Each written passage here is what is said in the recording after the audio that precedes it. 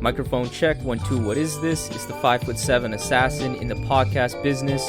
I am your host, Rohan Patra, the rap music plug at your service.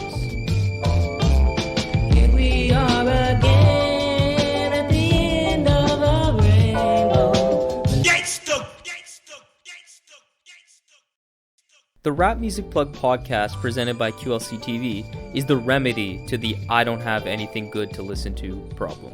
Through in-depth album and song reviews, as well as artist interviews and general rap commentary sprinkled in between on all of what the mainstream and underground rap scenes have to offer, this is your one-stop shop to knowing what to add to your queue, play next, or pop into your record player.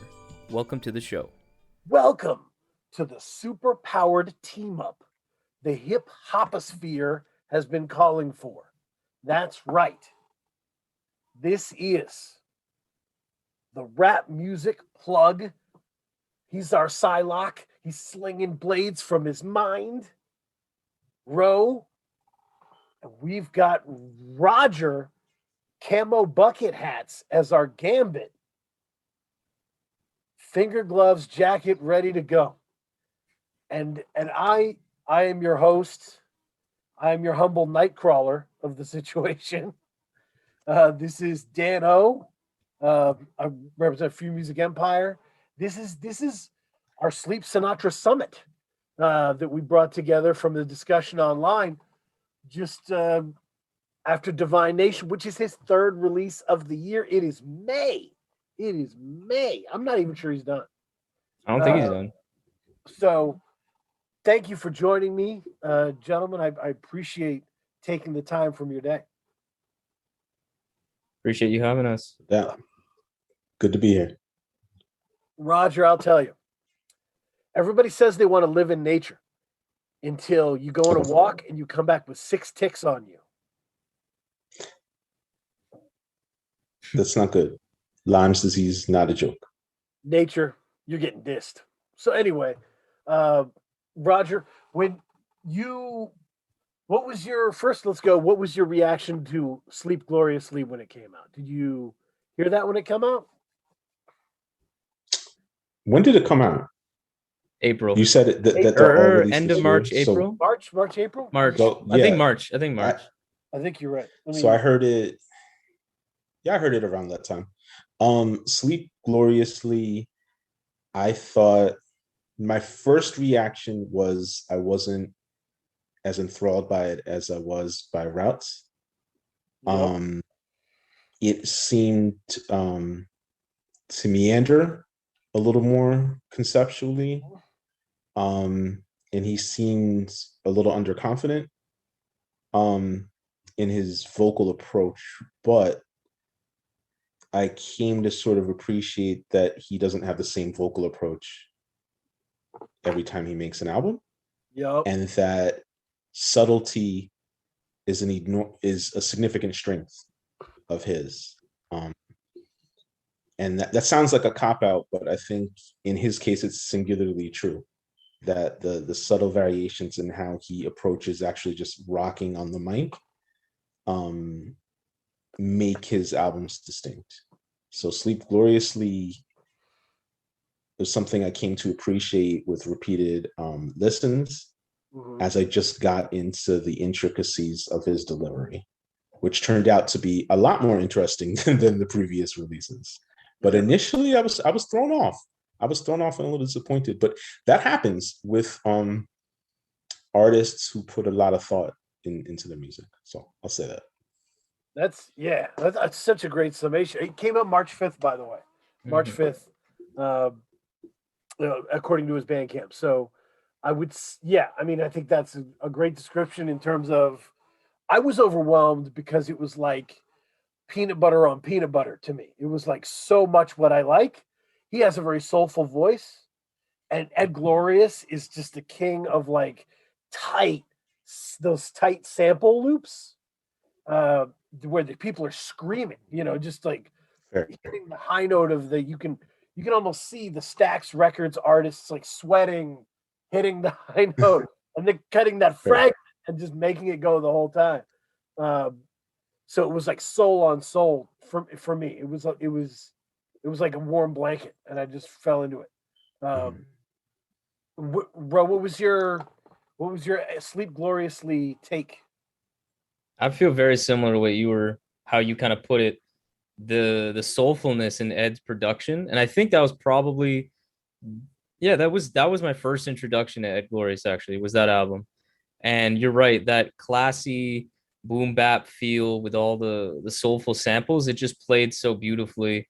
Because Roger, you're making such a good point. The Sleeps approach, I don't think it actually necessarily threw me off, but I definitely really noticed how much more like restrained, but it was mainly like in relation to the content. He was just so much more like he's always introspective, but I think this one was even more than Divine Nation or Routes. It was that much more personal, and I think he treated it like that. He was very delicate and like calm Yeah. and like precise with everything he was saying, and I think it just all like mixed so nicely with the instrumentals. So I really liked it. I definitely really liked that album. It was really strong. Mm. The other thing about Sleep Gloriously, and this is true of Sleep Sinatra, and why, like, I honestly, when I was first thought when I was doing this was, oh no, I'm becoming the Sleep Sinatra guy, right? I did the interview with him. I've done like a lot of these reviews on him. Like, I'm just like telling everybody to listen to Sleep Sinatra. And then I was like, if I'm the Sleep Sinatra guy, that's not a bad guy to me, you know? Uh, so I got a chance to sit with him and talk to him about Sleep Gloriously and what I thought it meant, unpack it with him. Uh, and for someone like me who really likes nerding out with albums, getting to the deeper context, Sleep is perfect. He always gives you little phrases that mean a lot. So I dug it. April 17th, Scribes of Tahuti Yeah. with Kennedy Krills came out. I didn't pay much attention to it. I honestly thought it was like a Lucy collection or something, leftovers maybe, that he had somewhere. Yeah, I thought it definitely didn't have like the ambitious scope of like Divine Nation or the real like really focused subject matter of Sleep Gloriously, but I think it was definitely a quality release. It was just, it felt much more like, not only having fun's the right word, but it was just more like, let's make some songs that we sound good together making, and they did. Like Sleep, like I think a song I remember writing down that I really liked was Crisis Fatigue. Just really great display of how amazing his flow is. Like he is such a master at kind of like being really low key or being a little more energetic. And yeah, and I like that classic hip hop feel, like that intro, that scratching intro. Oh, yeah. Oh, I love that shit. I was like, that is beautiful, beautifully done. Yeah, no, it's like like everybody's favorite album, Nelly's Sweat and Suit double disc. Sometimes you want to see, sometimes you're in the suit and you're ready and you're putting on your best bets. Sometimes you're in your sweats and you're just doing it. And I think nowadays we see more of the different kinds of releases. Some of them being just kind of, I'm going to go nuts over some beats, and some of them being like, this is a journey, and I want you to have this journey. So, yeah, Tootie felt like getting loose, getting it out of his system for me. Yeah. What did you take on it, Roger? Did you hear it when it came out? No, unfortunately, I slept on this one. This one, Yeah. this one missed me Can't catch it all. in the flow of things. Can't catch it all. But Divine Nation drops, and he had warned me in the interview. He had said, "Look, I might drop more." Like, he's like, "This isn't over." So, a Divine Nation came out, and I listened to it, and I really liked it. But I don't know. It's like I was in a monogamous relationship with Sleep Gloriously, and I was like, "That's my album," And I kind of stood by that. And then you were both talking about it and how great it was, and I was like, I got to go back to it. And I was just like, damn, there was so much there, so much there. Ro, talk to me about the production on Divine Nation. Man, the production, like, it was such a shock. Well, not, it wasn't a shock on this album. It was actually a shock on, and I know I'm gonna butcher the name. It's like, I think it's like Joaquin Fox. I'm just gonna, I Yep. literally always say Joaquin Phoenix. Like, it's just so similar. Like, it isn't, but it's just like terrible to me. I'm like, oh yeah, the Joaquin Phoenix. I'm like, no, it's It's not his awesome. name. His album, Won't Hide the Madness. I'm not really remembering how I even stumbled upon it. I think because Blood Money Perez is on that. So I was like, checked it out and I pre-ordered it, thought it was really dope. And yeah, I listened to that a couple times. Like, man, the production on this album is just outstanding. It's like exactly what I like. And then I see this Sinai guy who's produced like half the album or a good chunk of it. And it was only a few days later where it clicked that he was Sleep Sinatra. And I just was like, I don't remember the time I've been introduced to a producer who also raps and raps at such a high level to where you would just assume, I just assumed, that guy's a lyricist, he focuses on the rhymes and that's just his thing. And that's totally fine. But to hear he was so realized and he had this such a developed style and it was already this good. And I know that he actually started like making beats was one of his like first things. And he kind of shifted focus to rapping. But the production on this album is genuinely one of the best productions of the year for me. Like, he has like this, he has like these like warm analog bit reduced kind of tones and like the keys and a lot of the samples that kind of run through that filter that just give it this like, yeah, this really like ambient like tape hiss kind of feel. And then the drumming, I love the drumming. I love how icy and like sharp, and he just like really just did a lot of things, a lot of detail in it that was absolutely phenomenal. And he also like switched things up, like the downers. I felt like that one was like a beat that sounded like it should have been on Sleep Gloriously, although it fit, like it still worked, but it seemed a bit odd on this album. Um, and then he has like that ridiculous bananas Ezekiel's Craft. That's just like a psychedelic dream. But yeah, I remember like Sleep's Fortitude and Rubble. Those were probably my two favorite beats. Just that like string sample was just like marvelous on Sleep Fortitude, and the percussion on Rubble, like I don't know how to describe it. It's just like skipping towards the end of the bars, like it's just like everything I want in production. It was this. So I was thoroughly impressed. That's awesome. Roger, did you know going in that Sleep produced his own stuff, or when did you get on board with Sleep? I didn't know that there was so much self-production on this album until I had heard it once. And then I noticed that, and it might have been Rohan here who pointed that out. And that shocked me, but then it didn't, because there was something about the album that seemed consistent, even as it sounded eclectic. And my initial thought was like, wow, the various producers were on the same, similar enough wavelength to piece this together. And then they sequenced it really well somehow, communicating across the ether. But then I figured out that he had a central role in it. Yeah. And I'm like, okay, he knows how to produce for himself. I feel as good as he is in picking beats from, really good producers like August Fanon. Yeah.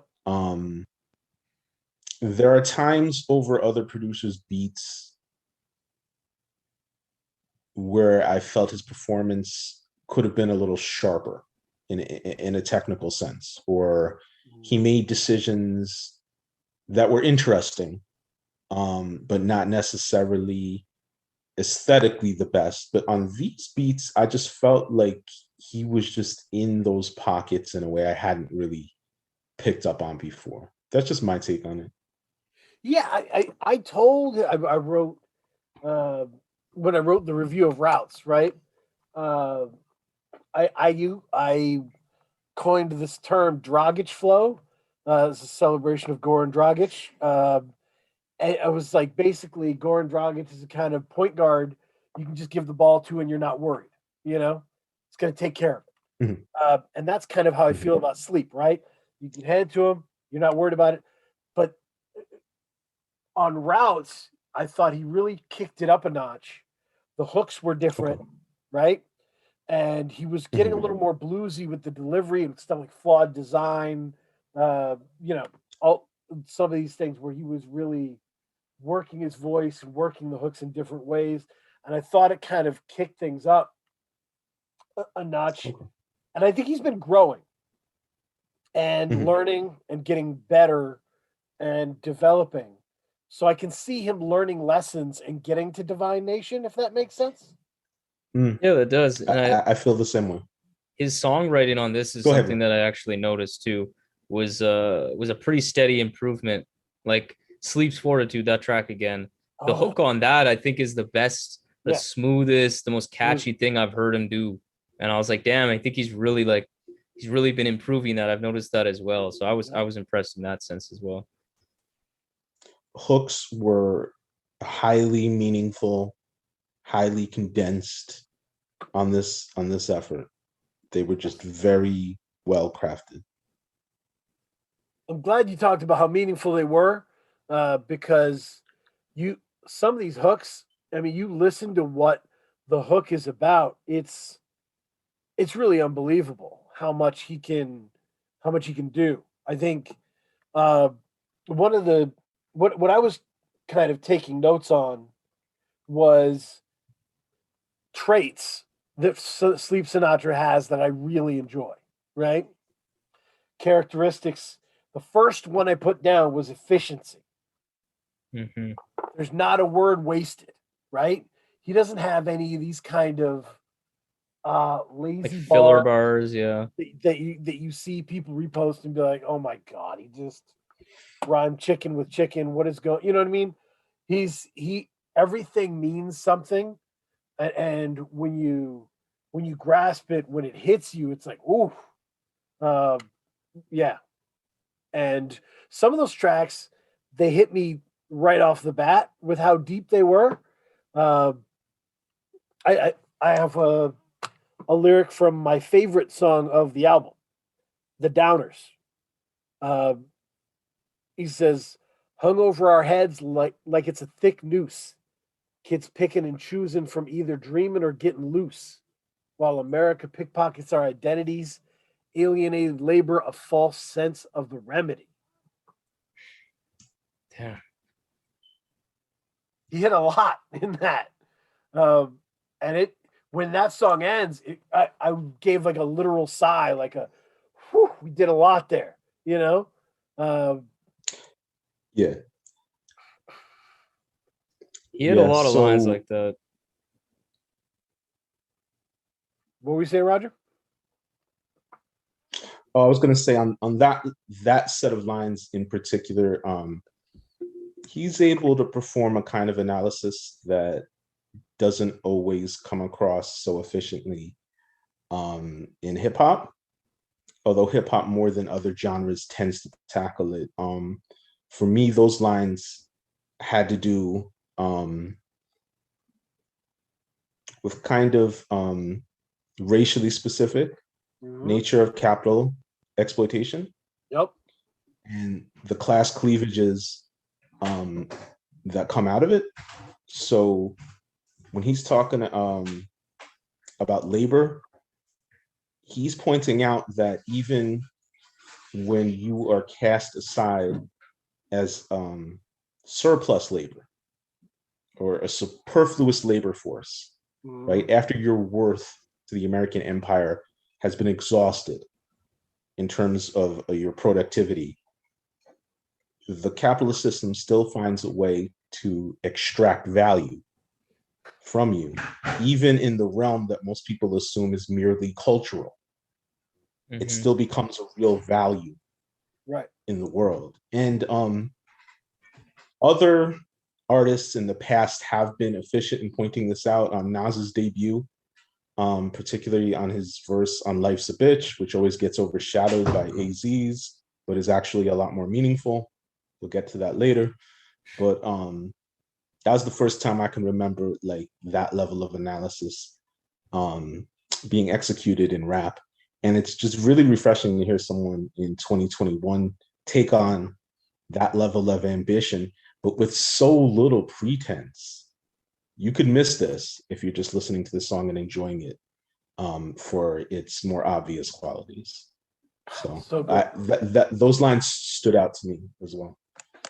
That's very. Thank you for that analysis. I appreciate that.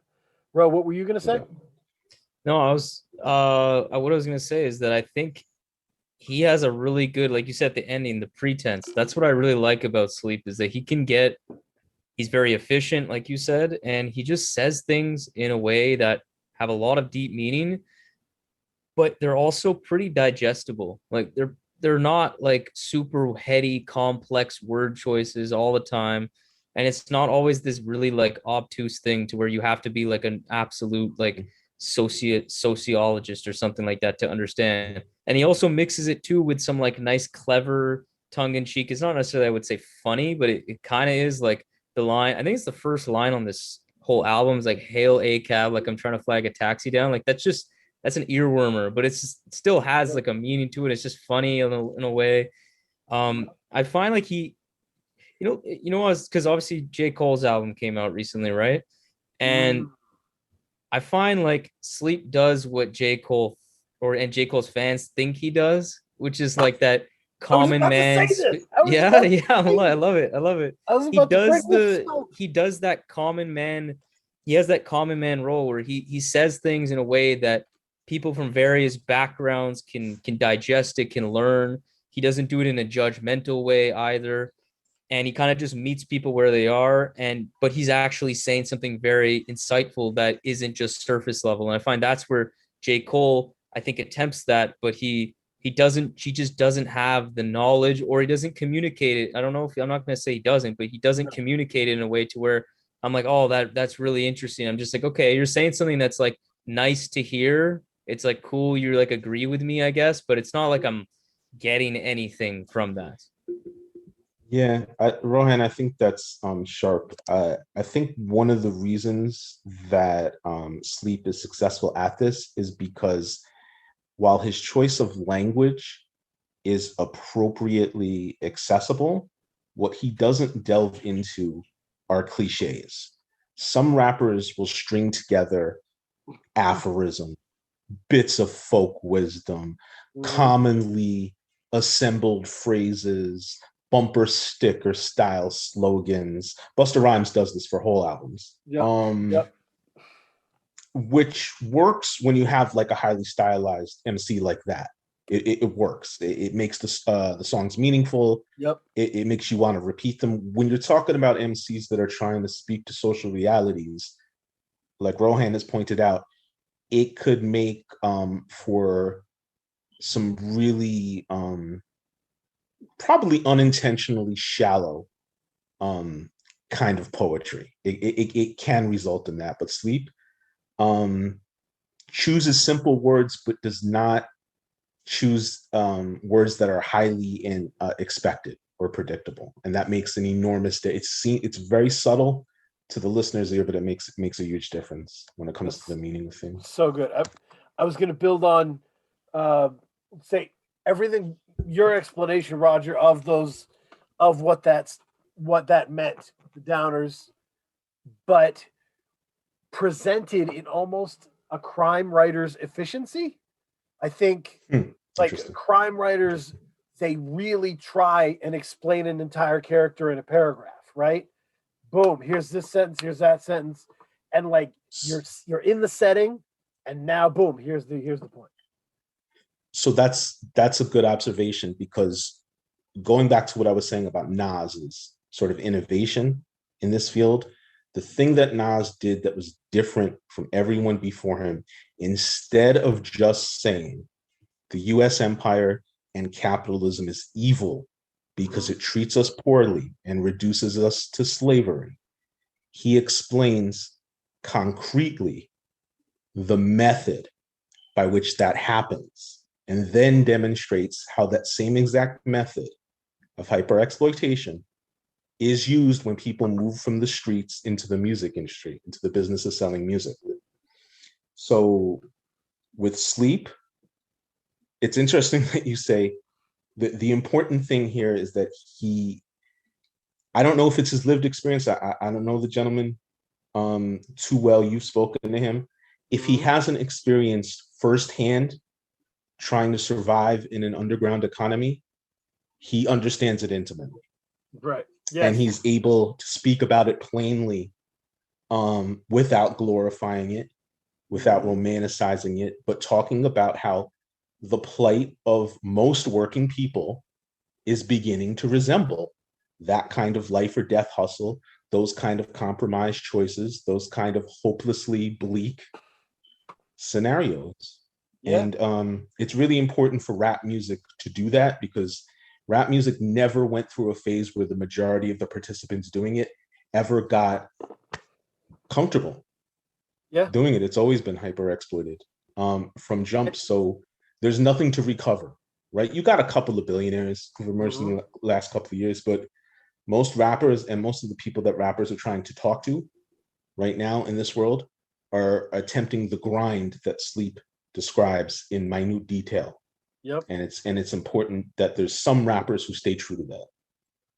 Yeah, and I mean, devote their art.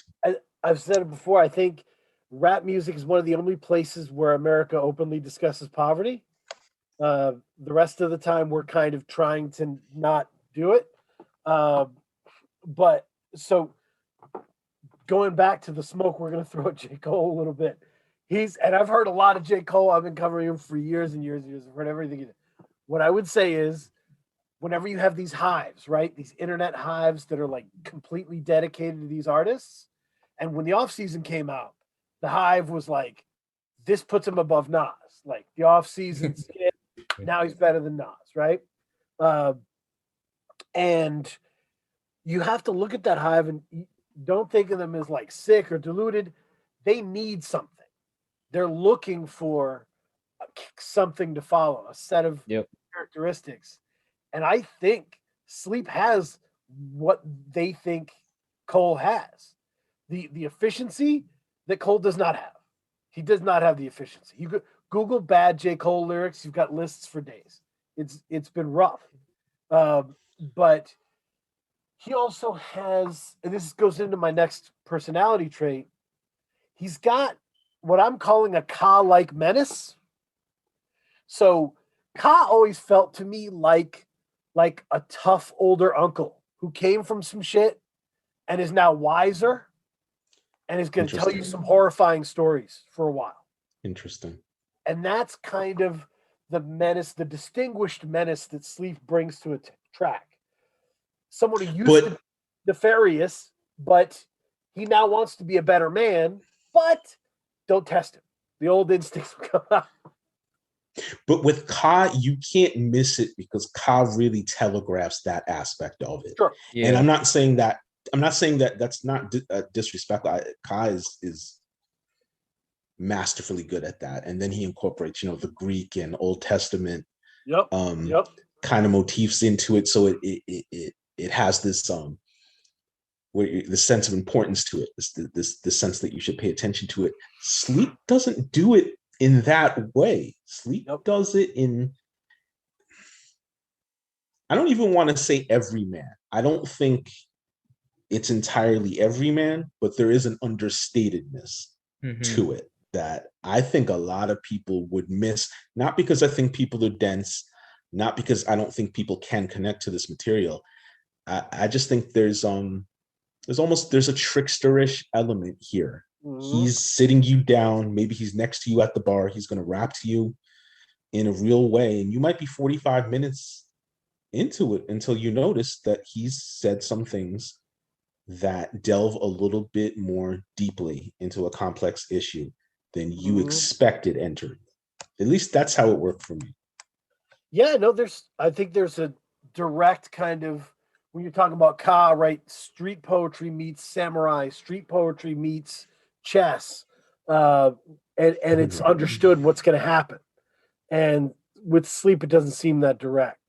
What do you think of all this, Ro? I'm sorry, we've been talking. No, I've been just really enjoying. I've been really enjoying the points you guys are making.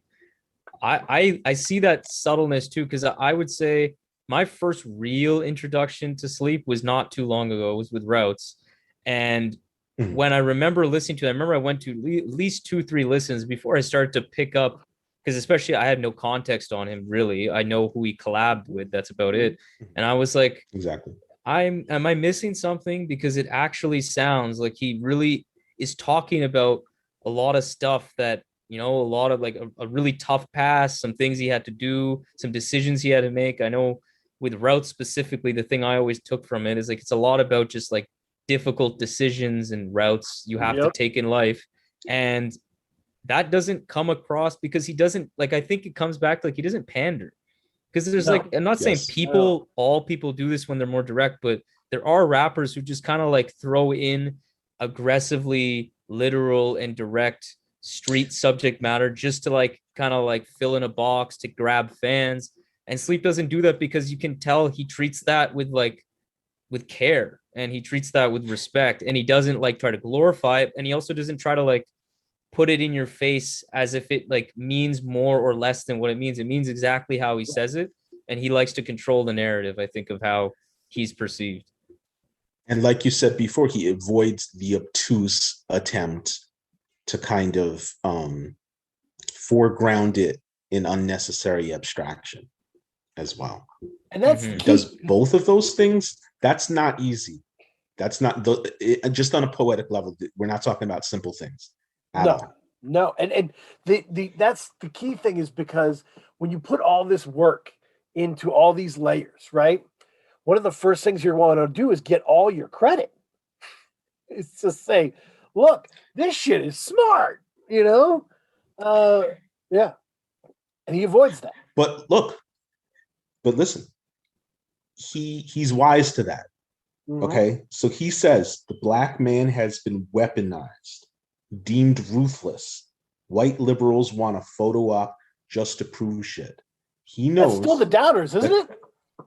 yes, he knows Mhm. that the majority of artistic decisions that he make can potentially be co-opted by Mhm. this system and Yep. turned into a manipulative distortion of what it was intended to convey, and that every decision he makes is a different route with a different set of contradictions.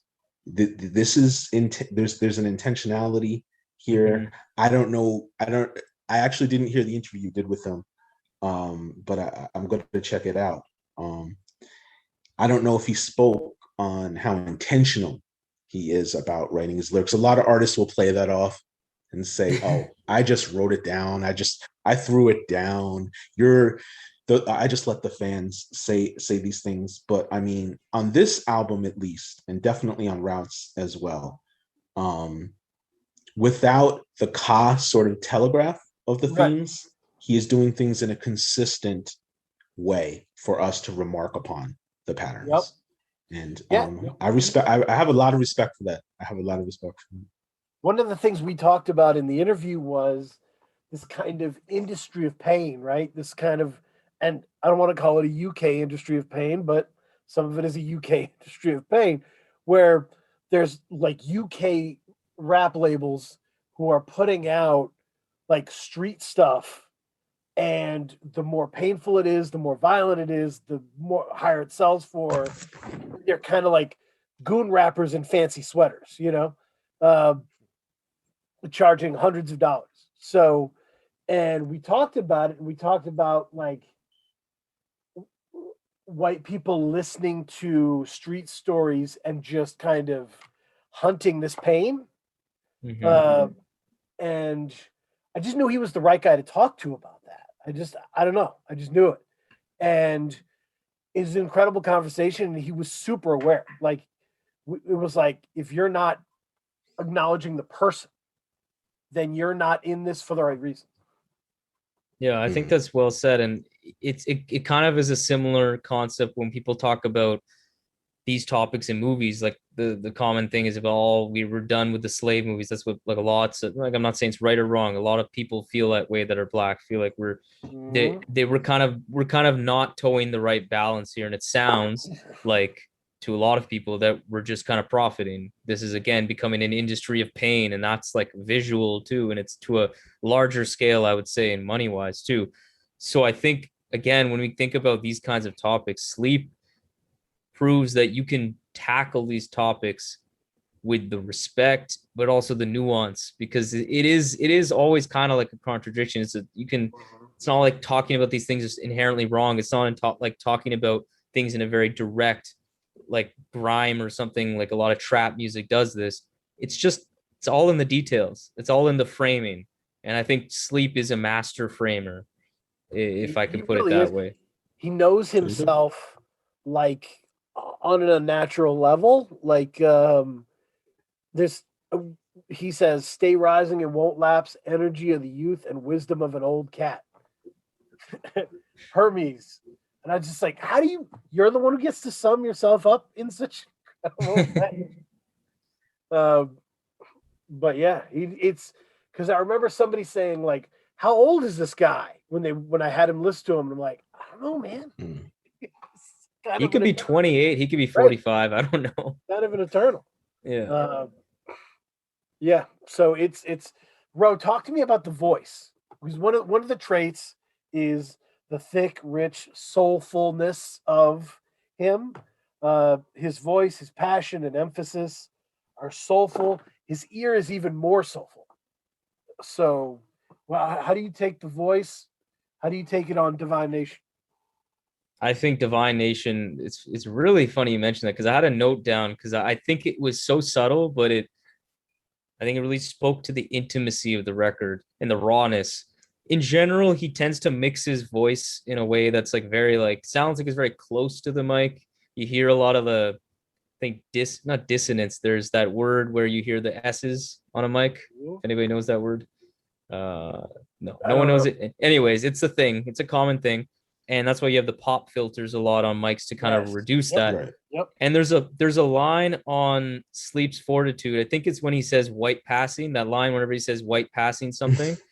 He almost sounds like he's literally like just like made that sound right on the mic. And it just it did something to me. The song is so angelic and so sentimental, and one of the most like climactic moments in terms of the emotion of it. And that just added such a rawness to it. I think in general, the way he mixes his vocals, though, generally speaking, is it's very intimate. It's very calm. So like it sounds like he's barely even raising his voice up an octave. Like, yo, I'm performing now. I'm gonna start rap. I'm put on my rapper voice. Sounds like he's just talking, but it's so clear, and I like that feeling. It does something to the messages. It kind of makes it feel more genuine, even though it's completely an aesthetic thing. But that's what music is. It's all a series of decisions that lead to something. And I think he does a really great job of that. Like Huss Kingpin does that, but to a different reason. I feel like it gives that like slickness. Like when we did the it's a strut, right? Yeah. His flow is a strut. And that's, he did like that thing. You said he's whispering sweet nothings on Portishead, and that's exactly, it was perfectly said. And I feel like he does it for a different reason, and I think it achieves the results it wants to. Totally. Interesting observations there.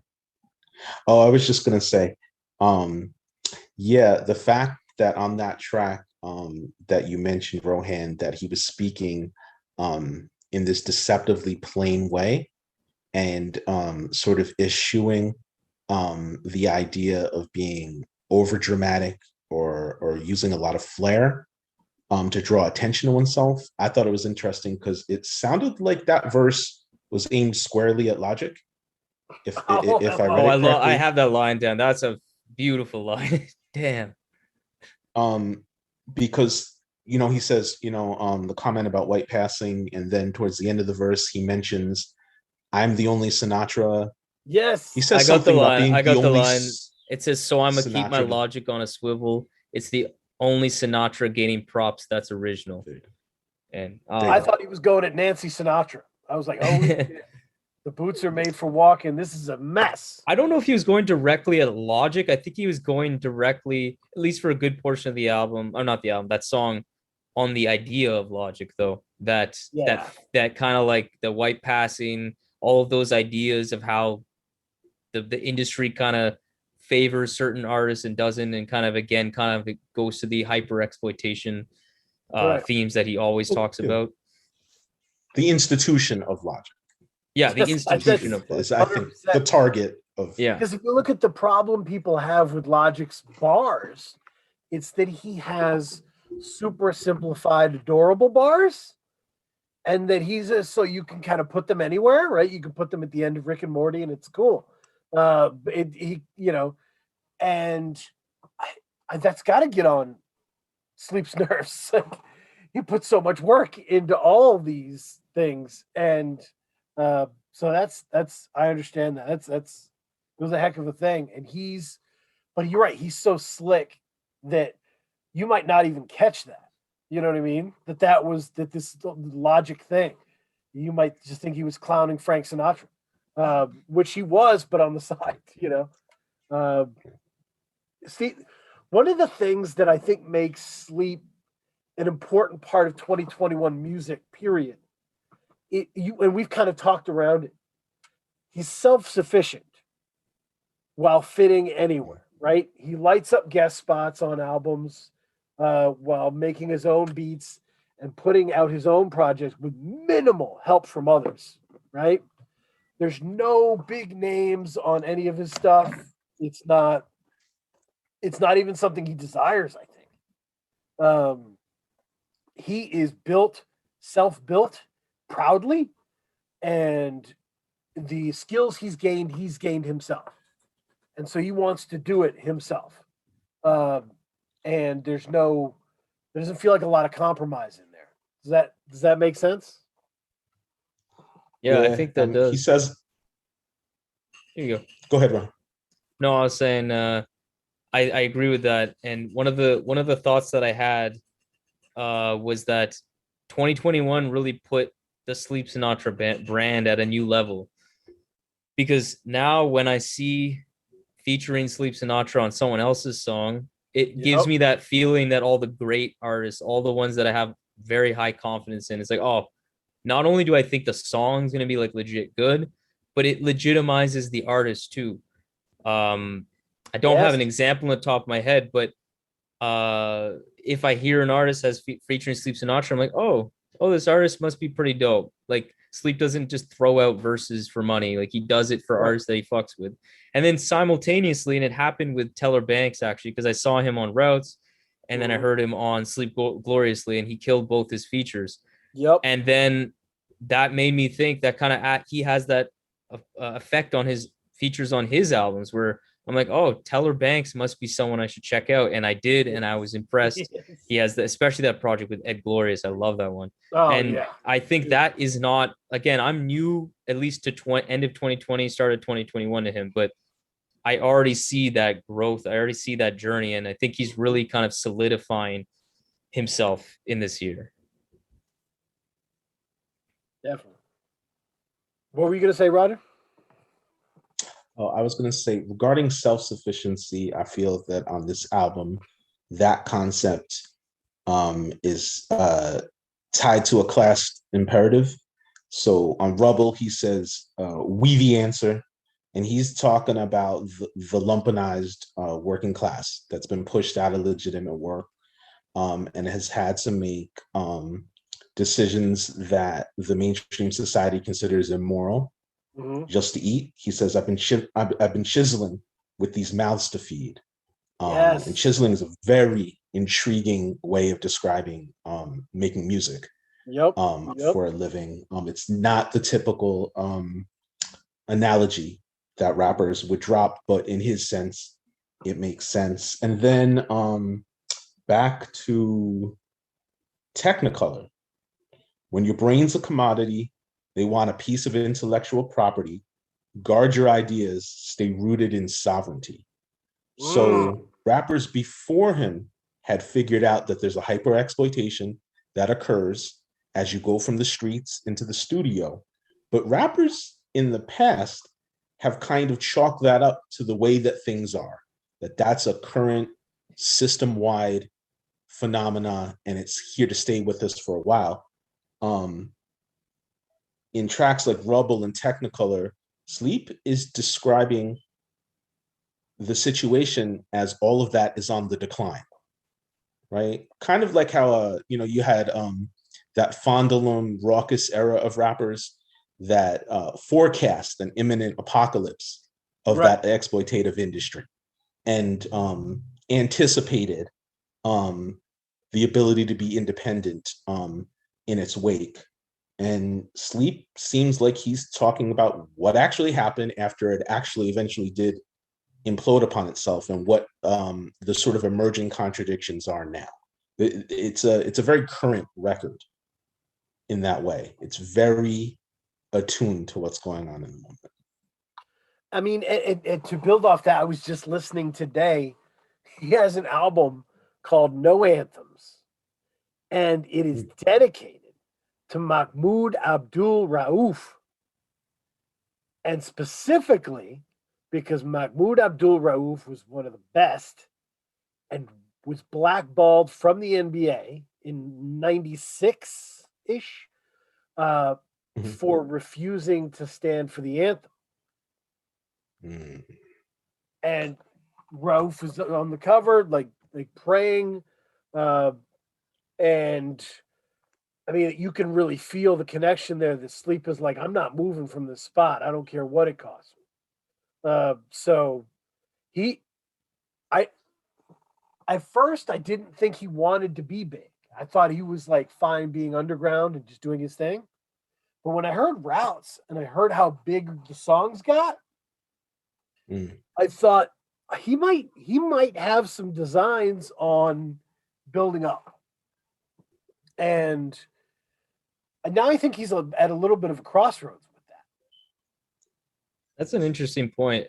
I'm not positive again, as someone who can't say I've listened to all of his music, but I noticed one thing that was interesting. Maybe it's because he again produced it all, but that Dreamscape tag he kept putting, I found that very interesting. It felt like it was on, I think, almost every song.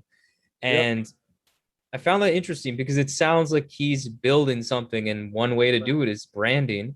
And even when I remember speaking to it, I know some other previous collaborators, they were using that term. Well, I mean, not that term, but saying Dreamscape, that group, that collective. And I think I find that very interesting because I take that line that you mentioned just a moment ago, Roger, about chiseling with these mouths to feed. Like chiseling, again, it's a good word because I think he's trying to say that it is imperative, and he's the way, like he's kind of saying, like, I'm sharpening my sword, I'm getting better at producing, I'm getting even better at rapping, I'm getting better at creating these albums. I'm doing that, and that's how I'm going to survive. Like, that's going to be my way. And I think it almost comes off like a duty. It's like he's doing it for his kids or something, obviously doing it for the passion, but there's something in there in what I just said that I find is really powerful, because it definitely speaks to like the struggle right now in independent music and trying to actually make it without completely just selling your soul or trying to cop out the art to just make a hit and get a bullshit label deal. I think it's because the chiseling is really important because this is an entire landscape of self-sufficient artists who have no labels to help them, no real industry to develop them, who are doing a lot of it themselves, right? Teller Banks produces but himself. Like, there's a lot of these guys who are producing their own stuff, who are circulating with their clique or people they know on social media, and are developing their own music and their own brand. There's so many of them, it's hard to break out. It's chisel. You got to chisel away to get your own piece of it, and I think that's one of the things that I saw as, like, if I was going to say the next level, the next challenge for him is Sleep Sinatra with his consistency. He doesn't really do singles or standout anthems that define him. It's slow burn, and some people don't learn that way or love artists that way. Kendrick had the same problem, right? Kendrick early on, he had everything everybody wanted except these kind of lead singles that would pull people in. And I think that's probably the next challenge for him, because that's Sleep Gloriously is a cohesive package. It doesn't have a song that stands above the other songs. do you think that's something that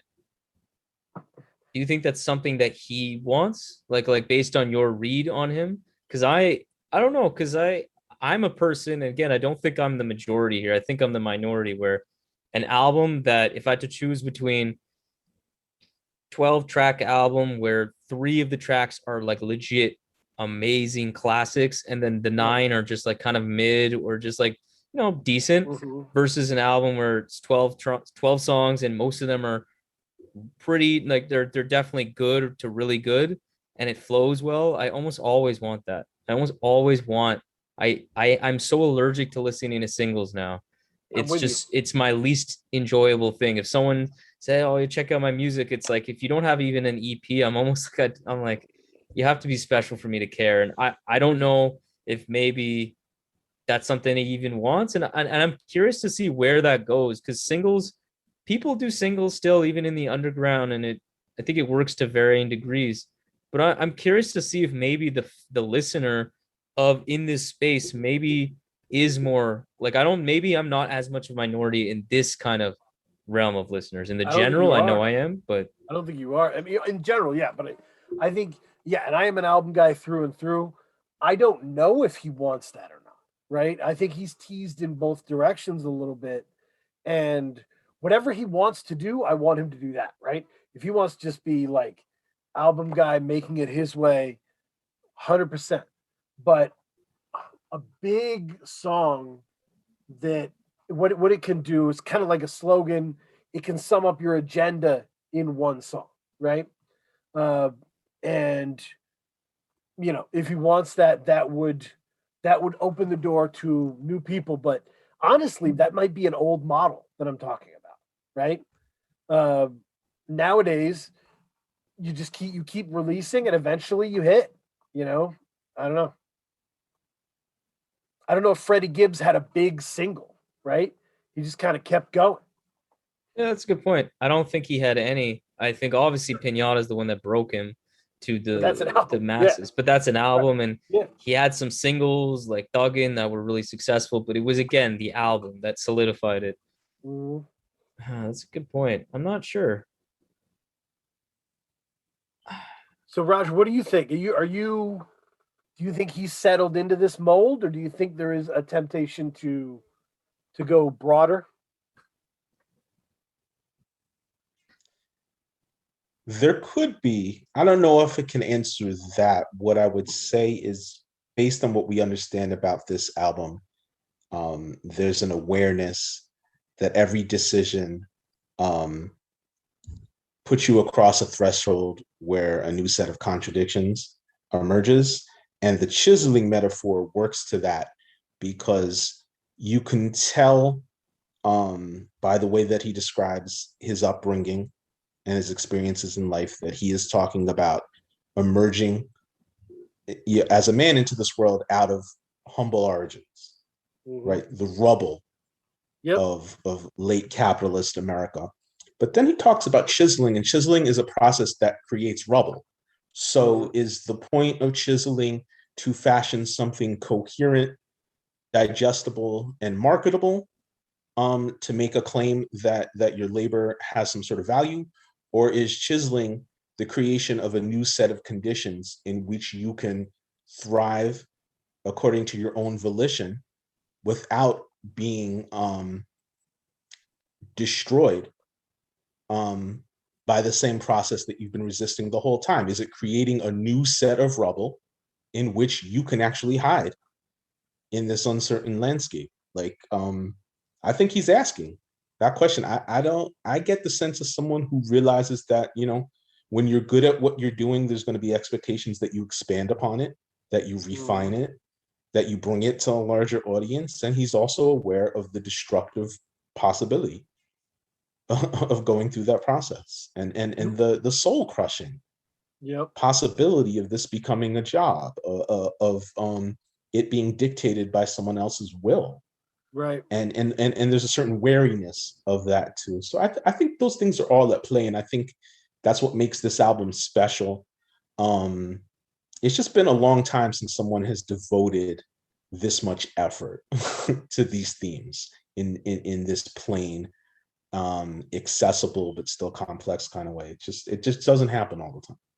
Yeah, no, that's a great way of describing. You either eat or you're on the menu. Like Yep. that's and I think the cycle is there, right? The cycle of like, you cause this destruction, but if you don't, you're destroyed. Uh, and I think that's part of the cycle is laid out here. But you're right. In some sense, it kind of feels like uh, a conversation he's had with you throughout these songs. Yeah, and I think what we're talking about here, if we're trying to like determine like where we think he's gonna go, I think it's largely based on a conversation that I always have internally, and I've been having for the better part of the last year, especially as I feel like since the pandemic, I was always into like a lot of underground rap, but it's been just like exponentially more into this scene now.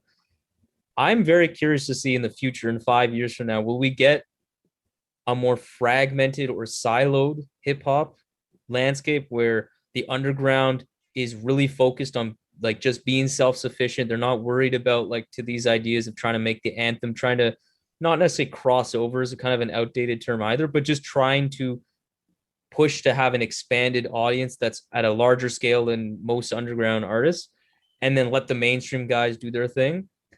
Or are we going to move to a hip hop landscape where it's a lot, the lines are blurred to where, because I kind of see both things happening. I feel like people like Sleep and a lot of these artists that are in this kind of signal to me that they're trying to make a new model where self-sufficiency, just building on your fan base. Like you may not be driving in Benz and Bentleys, but you'll be making living comfortably. But then I also see a lot of evidence of the other, where you see artists like, maybe he's still very popular, but like Navy Blue, like I found he's an odd one because he just seems to be, there seems to be a lot of artists that seem to be crossing over in terms of the high level mainstream almost underground, and then the actual underground. There seems to be very little blur. Akai Solo and Navy Blue, I think that's a good example.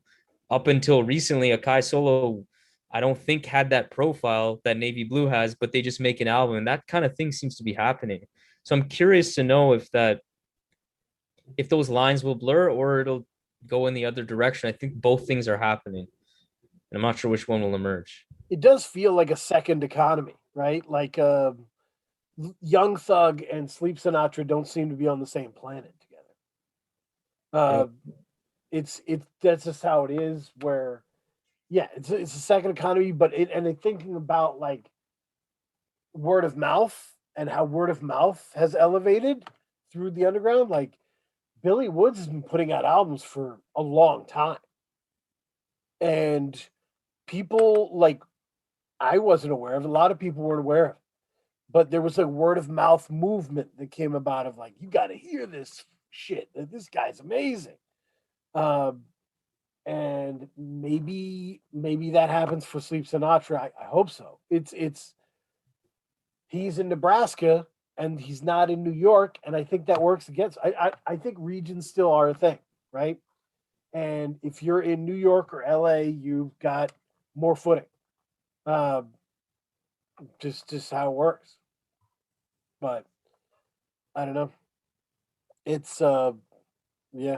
But there's a lot. I mean, it's the production wise. I wanted to say production wise, the feel for the production for this album for me was that he creates these beautiful sounds and then he like scratches them and breaks them and destroys them. Like he'll take a beautiful sample and just as he lets it ride, he'll like kind of skip it, double play it, Warp in it, a weird way, warp it and make it creepy, it kind of feels like keeping you awake, like don't get comfortable, boom, and there's a lot of that purposefully, like not, I don't want to say not pleasing, but not pop, right? Purposefully experimental sounds. Mm-hmm. And it's a really interesting mix to have a lyricist like that and a producer like that, like a producer sound like that. I really don't have many artists that come to mind. Like Earl Sweatshirt is like the only one that's like when I think of like a premier lyricist in my mind, but has such a eccentric, because there's a bunch of rappers that are very good producers, and there's like too many to name now, but there's very few that are really supremely good lyricists that really push the boundaries producer wise. That's not something that I find is very common. Because even people like I'm trying to think of some like mainstream examples, like again, like J. Cole we mentioned. I actually like a good amount of the beats, but I never, even when they're good, they're so safe. They're so like, oh yeah, like he's just making a hip hop beat to match the raps he's gonna do.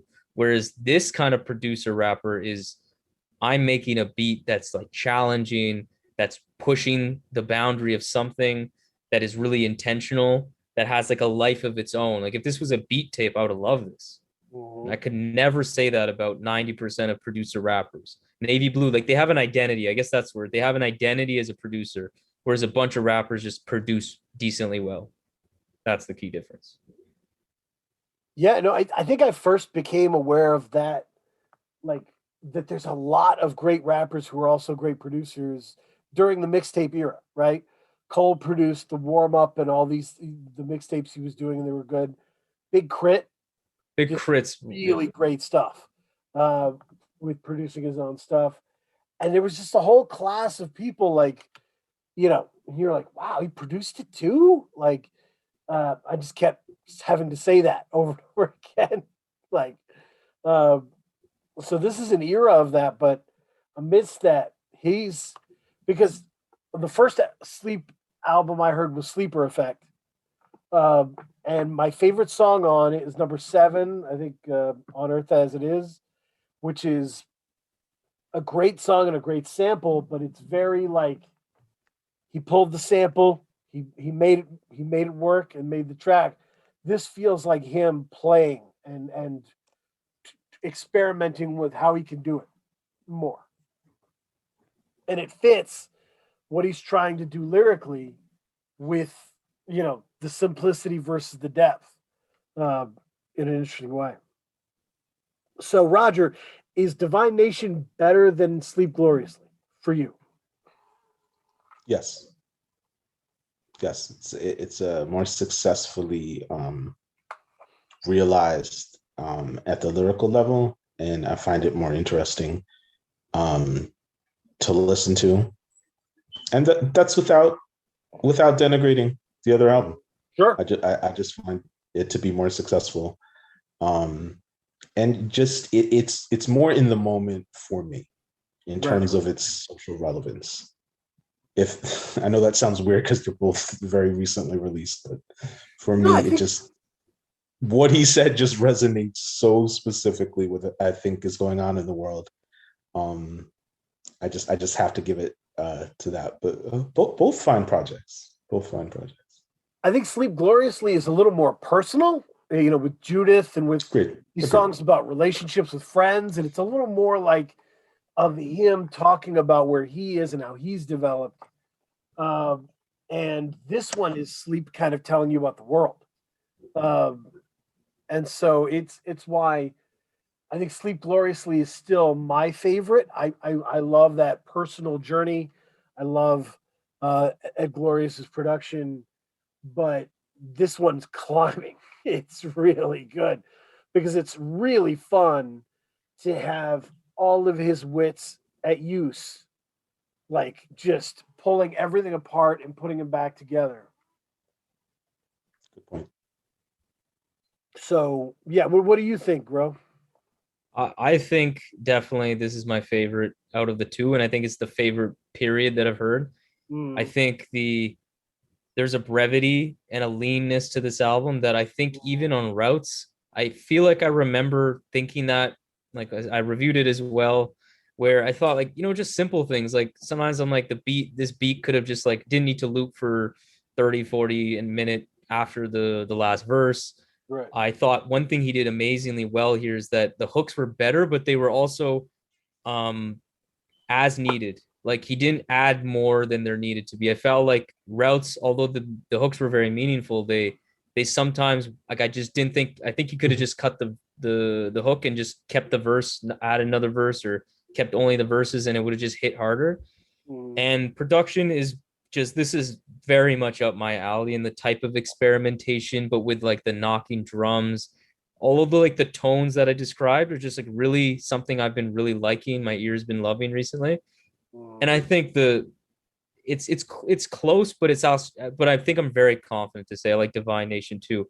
And one thing we didn't mention quickly on that album is that the title, Divine Nation, like a nation, one nation under God, like these are things, I'm not American, but I know that's how people talk about America. And I think there are a bunch of like slogans that go to say something. So Divine Nation, and the fact that he's very much, unlike Sleep Gloriously, he's looking a lot more outwardly. I liked that. I liked that feeling, and I like how his production kind of brings you into a world. It's like an alternate look into the same America through his like cool, trippy production, psychedelic production, and his very distinct point of view. Yep.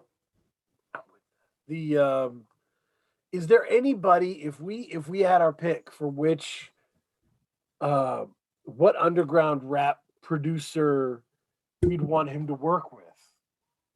Do we have any that would be best for him? Oh, that's really tough. Just to produce, no other help, just to produce just the beats. like just a full album with Alchemist, or whatever. Like, okay, we're including like underground A-listers to like Alchemist. Okay, damn, it's a good question. Obliv. Oh, that's good because he can go so many places. I think it would challenge him in this sense that Obliv makes songs that could legitimately be R&B bangers from 1995, but right. But it has that kind of nighttime flavor to it. Kind of there's a swankness even when it gets dirty, even when it's deliberately distorted to sound almost like you're tuning a clock radio or something. It's still, there's this certain sparkle and element to it, and I think that would challenge Sleep to talk about the contradictions that he does in a manner that he hasn't quite yet attempted. Right. That's just my sense of it. I think that's a fantastic one. That's a great pick. I was thinking maybe like Exile or Odyssey or Black Milk or somebody like that. Some like Exile can do really bright, sunny, like kind of standing at the top of a mountain, soulful beats. And I think Sleep would make those a little more sinister and bring some darkness to it. I think that would be fun contrast. Yeah. True. I think for me, my pick, I really like Obliv. I think that one was like a really good one. Pick. So I don't know if I can beat that one, but in the spirit of trying to like think of something that would be a great mix, but would also kind of be different for what Sleep's put out. I think something like Preservation. Like I'm just thinking of I'm thinking of his beats that are particularly on the more free, a lot of space, a lot more like free jazz feel, like what he did on Brass. Like that's a perfect example, because I don't think we've seen Sleep operate without like some form of like a somewhat traditional, or at least like a groove. Preservation really just kind of like, it is like just like these fluid beats, free form. I'm not sure how that would actually sound, but I trust Sleep that he could pull that off. And I feel like that would just be really interesting. Like, I don't really know if that's the best combination, but it would be so intriguing to me. Yeah. It would be so intriguing to me. Such a good call. I feel like I have the weakest pick of the three. That's awesome. That's great. You guys are killing it. I would say the last thing I would talk about in terms of Sleep and his imprint in 2021, when we're talking about albums and how important albums are, is the replay value. The replay value, when you've heard an album and loved it more and more each time, and you've heard it 6, 7 times, it's the relationship's different. The relationship you have with it is different. And Sleep, I don't know how he does it, but he finds these grooves, he finds these stash spots for important ideas that you don't find until the third or fourth listen. So what hit me about this album was that in this weird ass global virtual disconnected age, I managed in real time to develop some memories about replaying this album. And actually, I was chatting with Rohan like in the middle of the night on Twitter saying, I've just listened to this for the third time. I've just, this Rohan's like young enough to be my son.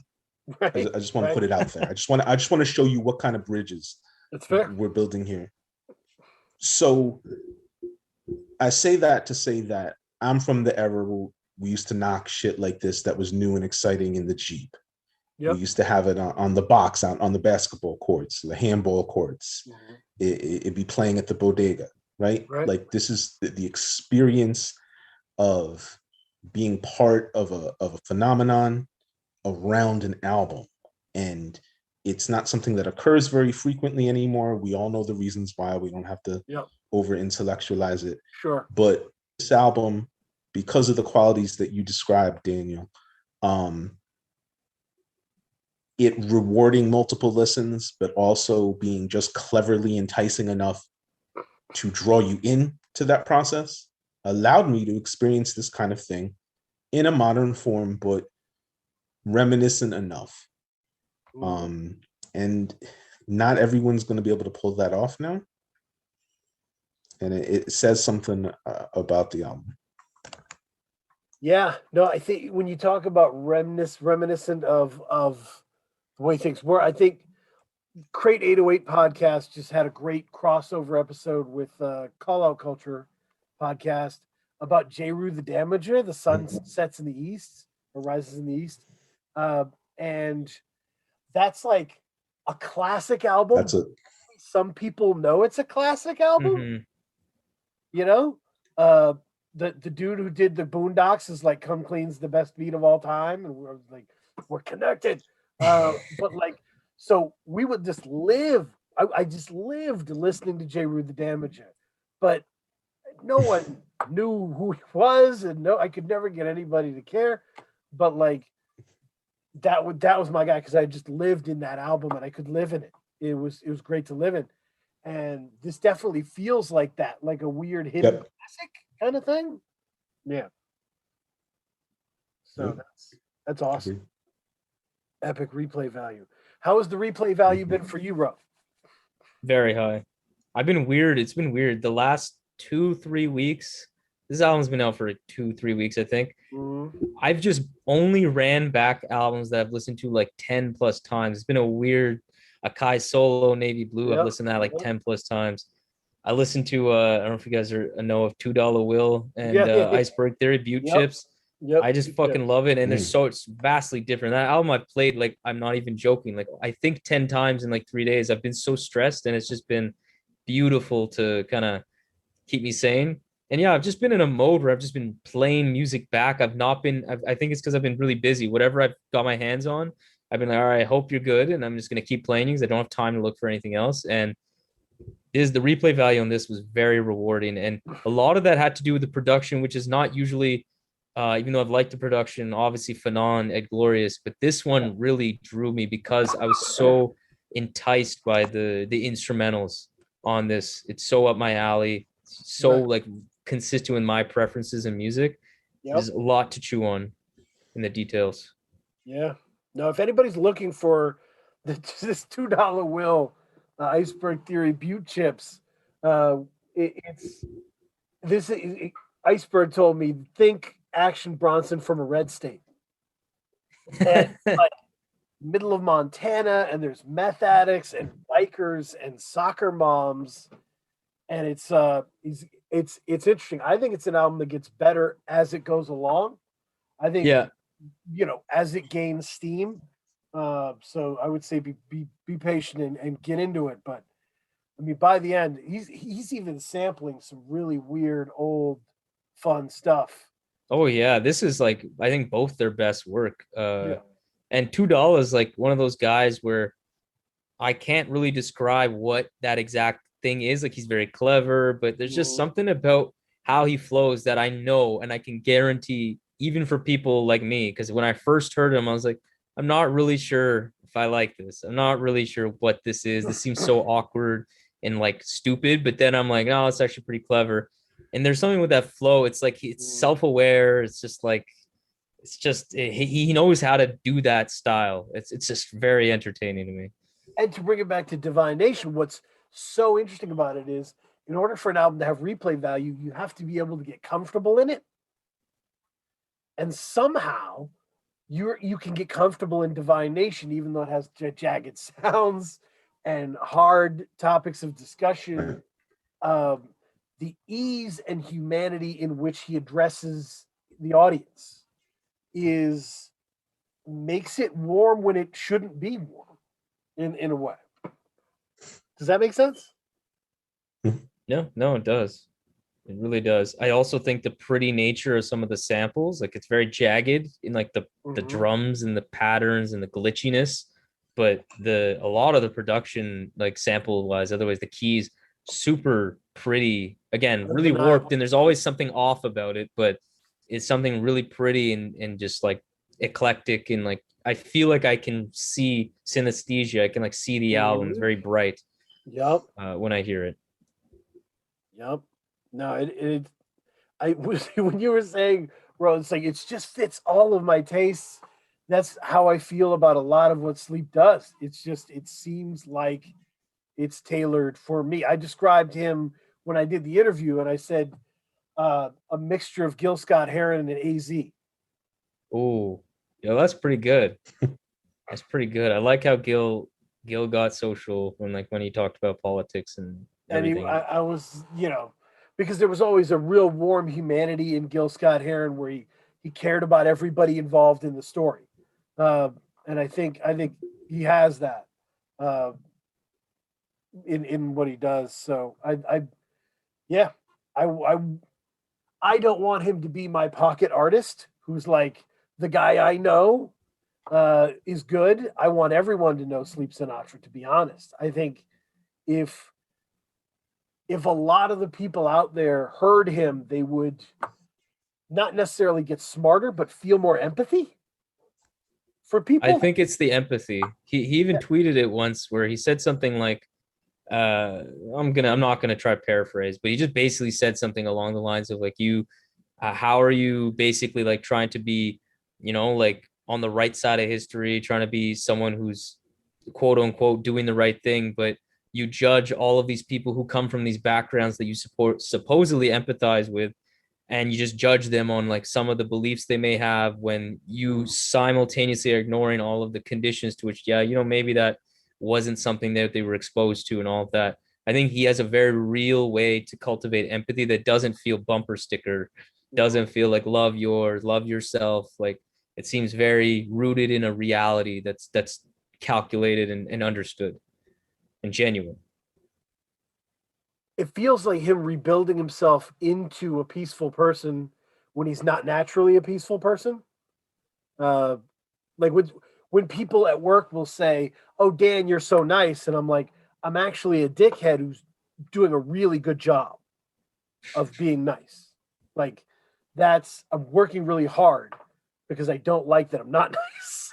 So I feel like there's a little of that with Sleep, where he's like, he's not naturally peaceful or, not aggressive. So he's trying to be the person, and his kids are a big part of his rhymes and his discussion. It's a point of communication. Like, I've got to be this so I can teach my children how they should be. Parenthood is a very important part of his moral identity, but his intellectual identity. I think it feeds a lot of his thought process on these issues. Does that make sense? Yeah, I think you said that well. Good deal. Any other thoughts, Roger? Are we on on this? Yeah, I think Sleep Sinatra. I think he will find the audience that he's seeking. I think that it's a very clever balance um, of ideas and approaches, um, and he, as distinct as he also represents something in this moment that is starting to cohere, perhaps slowly, um, as a movement. I think the focus on the class imperative Mm, and the 5%er references mm, that are used just sparingly enough to not become didactic. right, Divine nation, that's out of the Supreme Alphabet. right. But it's also two very commonly understood words in English, right? Sure. He he signals in a way that's similar to someone like Jeru the Damager, Yep. Which to me suggests that there is an audience similarly broad for him to tap into. And he's interested in figuring out the method to do that because he describes it in detail on his songs. So we'll see. We'll see. Yeah. No, it's because I think it's important to keep in mind that rap fans are not dumb. There are dumb rap fans, but there's a large percentage of rap fans who really do pursue complexity and like lyricism and meaning. And there's a lot. Yeah. Sleep has a lot of friends because they all know he's great. You know what I mean? They all know he's really gifted. So I don't know anybody who's familiar with his work who doesn't like his work. It's just Right. getting people to know his work, uh, Yeah. which is not the worst problem to have, you know? No, there's a lot of possibility in it. Mhm. Yeah. There's a lot of possibility in it. There's a lot of people are very familiar with their work and they're like, I don't like you and I don't think you're good. That's much worse. Yeah. Right. So, but yeah, there's possibilities, and 2021 has really sparked possibilities for him. I'm glad he's doing. Everybody kind of does this year now, where they release a lot in one year to really solidify who they are. Iceberg Theory did this, I think, last year. There's just a lot of people trying to really put their name down. This seems like his year for that, and I love it. I'm here for it. So, any parting wisdom shots, Ro? You say something mean about somebody? You want to do it? Say something mean about somebody. No, I don't have anything mean to say. Cool. I was gonna throw a shot at Logic, but I don't. He's He's got fine. enough. He's got enough. He's got Like, enough. He's got yep. enough shots. I know we usually do. I don't know if it's on the state of the game. We do those Ooh, recommendations we at can the do end. recommendations. Let's do recommendations. Yeah, I was gonna because I actually finally had one prepared. The album right in my background, Cities of Eve, Crashing Sound of How It Goes. Just reviewed that one. One Love of the the best review. albums of the year. Just genuinely, just mind blowing. I don't even want to say more. And then the other album I also just reviewed, but it's really really interesting. And I think if you like this album's production, it's not that similar, but the percussion is Wiki and Nas Telephone Booth. That's an album. Yeah, that was another album I've listened to like 15 times. It's also very short, Right. and I just can't get enough of just constantly replaying it, and it uncovers some grimy detail. And just like I love Wiki. I feel like I love Wiki more than a lot of people because it's not like there's one thing. He's not like the best lyricist. He's not the best flow, but there's just something so raw and gritty that I really get something for. So highly recommend that album. I'm with that. The my recommendation, because I told Roger before we got on that I'm hoping I had a scheduled interview with Doof, so I'm very excited to talk to Doof. And my recommendation would be Doof and Gray Matter, Radioactive Spinach. Doof has this kind of X Factor madcap energy. He feels like the supervillain that the superhero can never predict the next movement. And I think that's something rap always needs. Rap always needs somebody who's just doing whatever they want, and exploring the space. And over the Gray Matter production, I think lyrically that's his best. It's great. That would be my thing. Roger, anything you want to recommend? I echo Akai Solo's latest. Kai Solo's just bugged, but it's always a satisfying listen. It's not simple. It's not for everyone. But then it kind of is. So I suggest everyone check that out. The replay value is unbelievable. And works well with Navy Blues production in a way I wouldn't necessarily have anticipated. I love the feel of the album.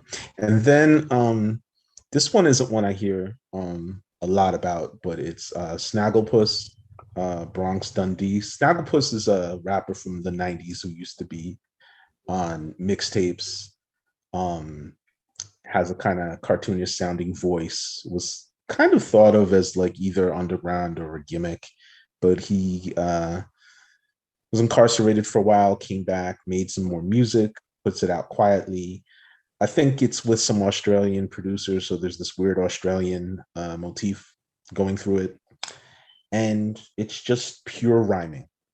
It's hilarious, witty, a lot of observations about life after prison, but done in this just highly comical punchline, almost like he's been watching battle rap nonstop since he got out. Awesome.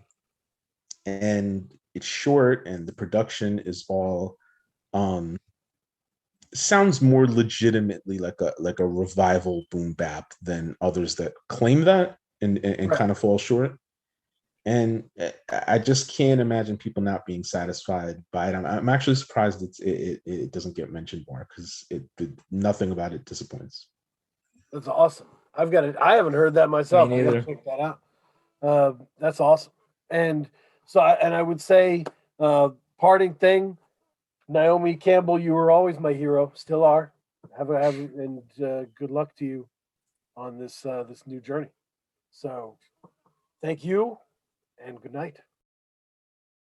So this concludes today's episode of the Rap Music Plug podcast presented by QLC TV.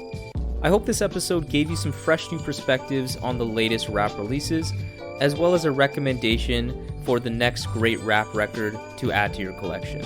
If you're an artist looking to level up your career, getting more gigs, album sales, merch sales, whatever it may be, I would love to help you with that by providing you artist development and writing services. So if you're interested, contact me via email at qlctv.podcast@gmail.com or hit me up via Twitter or Instagram at Rohview, ROHVIEW. I would be honored to lend my expertise and help you grow your career as an artist. And also for regular rap fans that just want to hear more quality commentary on the genre, follow me on Twitter and Instagram as well. For exclusive content and updates related to the show, follow the Rap Music Plug podcast on Facebook to help the show grow and ensure that everyone's listening to the best rap music at all times. Follow the show on the podcast platform of your choice. Make sure you leave a review and rating on Apple Podcasts so that the show can be spotlighted by that wonderful algorithm and be exposed to more people. You can find all of this information along with exclusive playlists created by myself by clicking the link that's in the episode's notes. So that's all for today. Talk to you soon. Peace.